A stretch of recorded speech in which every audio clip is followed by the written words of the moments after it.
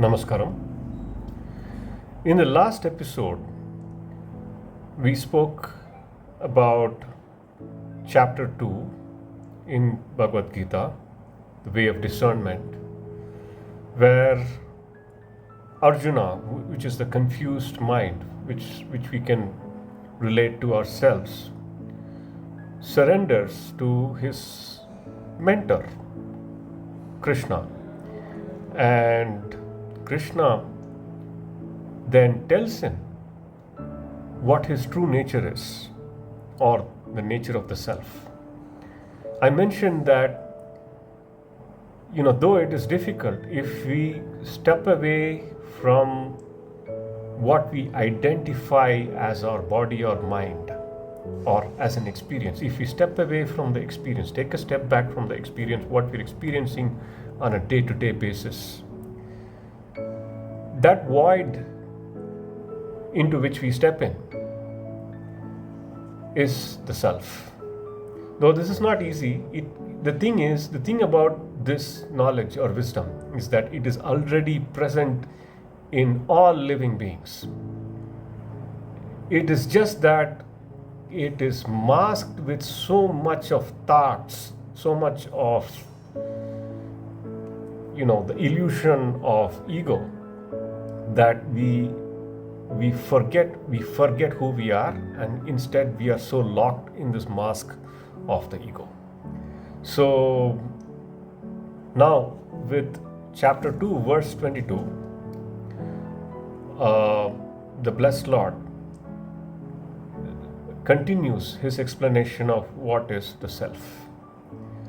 Verse 22: just as a person gives up worn clothes and puts on other new ones, even so does the embodied self give up discrepant bodies and enter other new ones. Weapons do not cut it, fire does not burn it, water also does not moisten it, and wind does not dry it. This self is indeed incapable of being cut, incombustible, incapable of being moistened, and of being dried. It is eternal, all-pervading, stable, immovable, and primordial. This self is said to be unmanifest, unthinkable, and unchangeable. Therefore,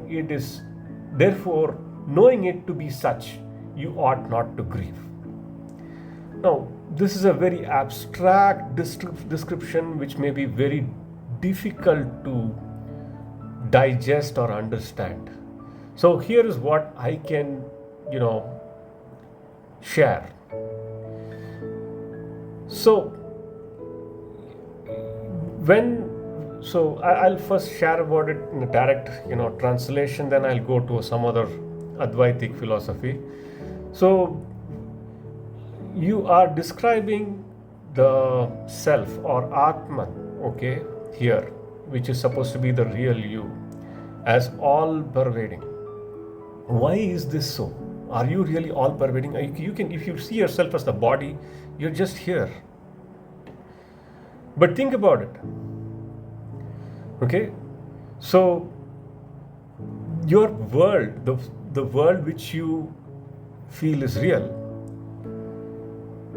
If you've seen the movie Matrix, this is quite well explained there. Okay, it's probably borrowed from Advaitic philosophy. Okay, and there Neo gets asked, what is the real world? And whatever you're seeing is just a bunch of senses going to the brain. Okay, and what you interpret is the world, is your world. Okay, so just to be safe here, just to be clear here, I'm not denying the existence of this world. I'm not saying this is all an illusion. That's not what Advaita says. It rather says that the identity which we are placing on the body and mind, the whole thing is actually a thought. It's just as a thought that I have a body is also the thought that I am so and so.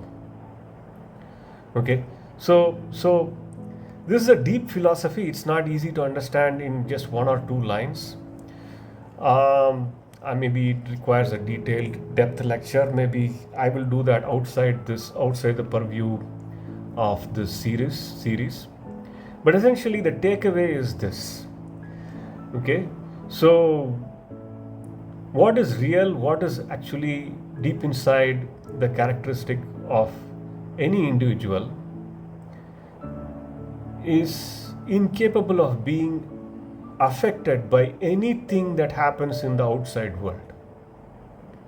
And this is real. Okay, your body might be cut, your mind might feel sad, but these are very, very temporary. You might claim, if I lose my leg, right, that is not temporary, that is permanent. Okay, so yeah, it's permanent to the body, it's not permanent to you. You as a person, you just have a body just like having a car. That's why you say my body the same way my car, not me the body or me the mind.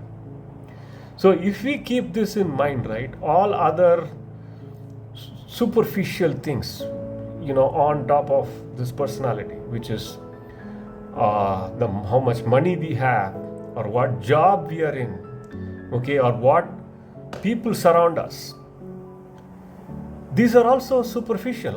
These are not permanent. All things will come and go. And we should not be affected by it. We should instead just stick to our purpose, okay, which is to do our duty. And what is that? That I'll come to. I think Krishna will explain that in a later chapter. I'll come to it that time. Till then, I think this is enough for today.